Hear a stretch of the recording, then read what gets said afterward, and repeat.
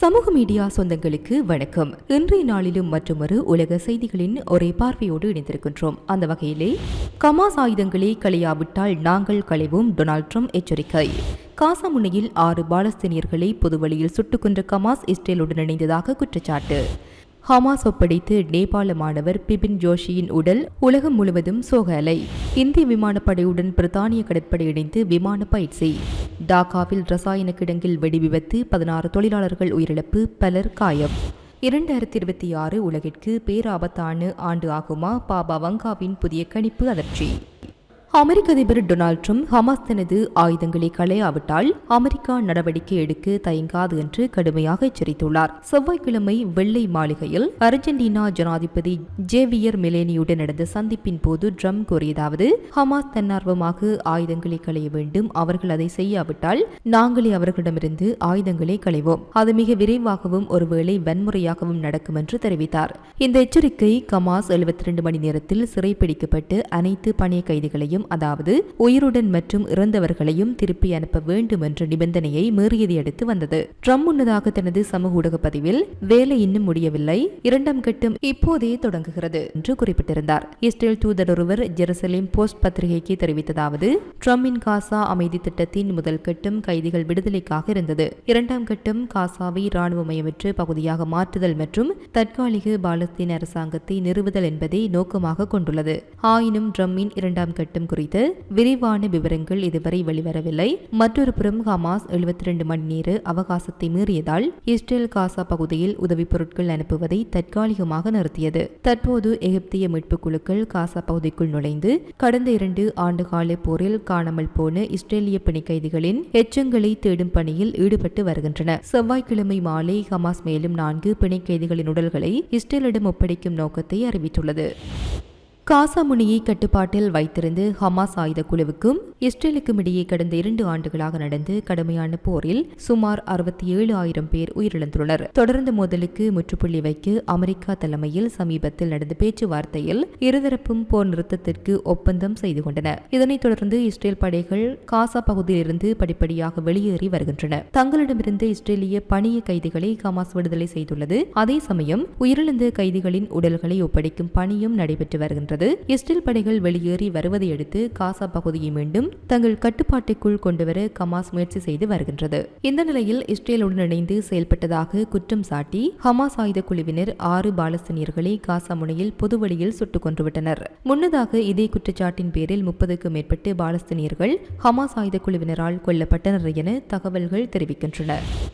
காசா போரின் மத்தியில் ஹமாஸ் பிடியில் சிக்கியிருந்த நேபாள மாணவர் பிபின் ஜோஷியின் சடலத்தை ஹமாஸ் ஒப்படைத்தது சர்வதேச அளவில் துயரத்தை ஏற்படுத்தியுள்ளது. 2023ஆம் ஆண்டு ஹமாஸ் தாக்குதலுக்கு ஒரு மாதத்திற்கு முன்பு நேபாளத்தைச் சேர்ந்த ஆராய்ச்சி மாணவர் பிபின் ஜோஷி இஸ்ரேலுக்கு சென்றிருந்தார். காசா எல்லைக்கு அருகில் உள்ள கிப்புட்ஸ் அலிமிம் என்ற இடத்தில் விவசாய ஆராய்ச்சி திட்டத்தில் 17 நேபாள மாணவர்களில் ஒருவராக பங்கேற்றார். ஹமாஸ் தாக்குதலின் போது ஜோஷி துணிச்சலுடன் செயல்பட்டு பலரது உயிர்களை காப்பாற்றியதாக தகவல்கள் தெரிவிக்கின்றன. ஆனால் தாக்குதலின் போது அவரை ஹமாஸ் ஆயுத குழுவினர் பிணை கைதியாக பிடித்து சென்றனர். அவர்களது பிடியில் சிக்கியிருந்த இஸ்ரேலியர் அல்லாத ஒரே நபர் ஜோசிதான். கடந்த 2 ஆண்டுகளாக அவரது நிலை குறித்து எந்த உறுதியான தகவலும் வெளியாகவில்லை.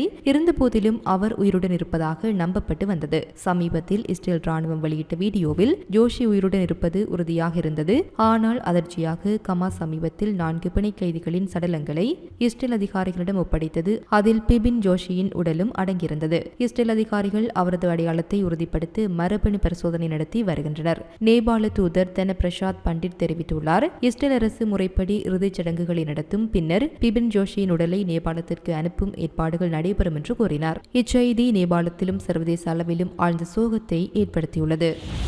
இந்திய விமானப்படை மற்றும் பிரித்தானிய கடற்படை இணைந்து இந்திய பெருங்கடலில் கூட்டு விமான பயிற்சி நடத்தினர். இந்த பயிற்சி கடந்த 14ஆம் தேதி நடைபெற்றது.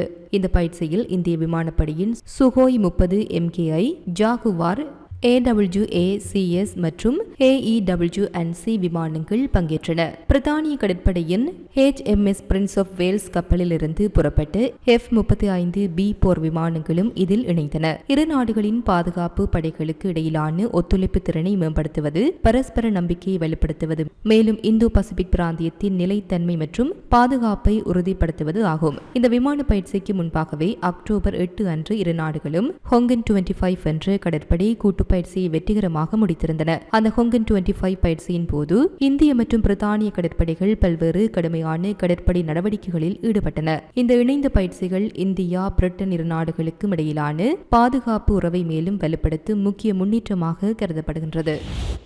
வங்காளதேச தலைநகர் டாக்காவின் ட்ரூப் நகர் பகுதியில் உள்ள வங்காளதேச வர்த்தக பல்கலைக்கழகத்திற்கு எதிரே அமைந்திருந்த ஒரு ரசாயன கிடங்கில் நேற்று காலை பயங்கரமான வெடி விபத்து ஏற்பட்டது.